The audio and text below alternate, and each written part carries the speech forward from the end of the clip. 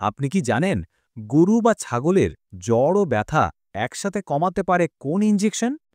এই ইনজেকশনটা অনেকেই ব্যবহার করে, কিন্তু ভুলভাবে। ঠিক ধরেছ। আজ আমরা জানব অ্যানালজিন ইনজেকশন সম্পর্কে।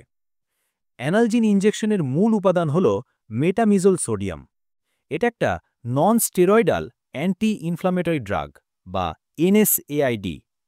এর কাজ হল শরীরে প্রোস্টাগ্ল্যান্ডিন নামের ব্যথা জ্বরের রাসায়নিক তৈরি বন্ধ করা। ফলে গরু বা ছাগলের ব্যথা কমে যায়। জ্বর বা ইনজুরি হলে কিভাবে ব্যবহার করতে হয়, কবে দেওয়া ঠিক, আর কি কি সতর্কতা মানতে হবে। অ্যানালজিন হচ্ছে একটা শক্তিশালী পেইন কিলার এবং ফিভার রিডিউসার।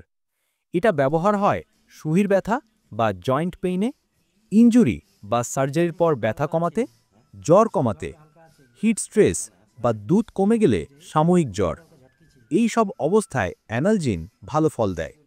এটা গরু, মহিষ, ছাগল সবার জন্য দেওয়া যায়। ছাগল বা গরুর ক্ষেত্রে ডোজ কত করে দিবে বলে দিই। সাধারণত গরুর ক্ষেত্রে 10 ml থেকে 20 ml পর্যন্ত ইন্ট্রোমাস্কুলার ইনজেকশন দেওয়া হয়। ছাগলের ক্ষেত্রে ডোজ কম, 2 ml থেকে 5 ml পর্যন্ত। তবে আরেকটি কথা, পশুর ওজন অনুযায়ী ভেটেরিনারি ডাক্তারের পরামর্শ নিও। অ্যানালজিন ইনজেকশন দেওয়ার 15 থেকে 30 মিনিটের মধ্যে কাজ শুরু করে, আর 6 থেকে 8 ঘন্টা পর্যন্ত জ্বর ও ব্যথা নিয়ন্ত্রণে রাখে। সাইড এফেক্টস কি কি হতে পারে? দেখো, অ্যানালজিন বেশি দিলে রক্তে প্রভাব ফেলতে পারে, তাই ঘন ঘন ব্যবহার করবেন না। সবসময় ভেটেরিনারি ডাক্তারের নির্দেশে দিন। এই ইনজেকশন দিলে গরুর ব্যথা তৎক্ষণাৎ কমে যায়, শরীর হালকা হয়, খাওয়ার ইচ্ছে বাড়ে। তবে নিয়ম মেনে ব্যবহার করলেই আসল ফল পাবেন।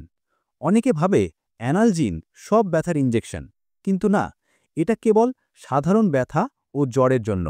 যদি হাড় ভাঙা বা ইনফেকশন বা প্রদাহজনিত জ্বর হয়, তাহলে শুধু অ্যানালজিন নয়, অ্যান্টিবায়োটিকও দরকার। আর পশু চিকিৎসা নিয়ে এমন কিছু ভিডিও আসবে এরপর, যেটা আগে কখনো দেখোনি, তার জন্য চ্যানেলটিকে সাবস্ক্রাইব করে রাখুন।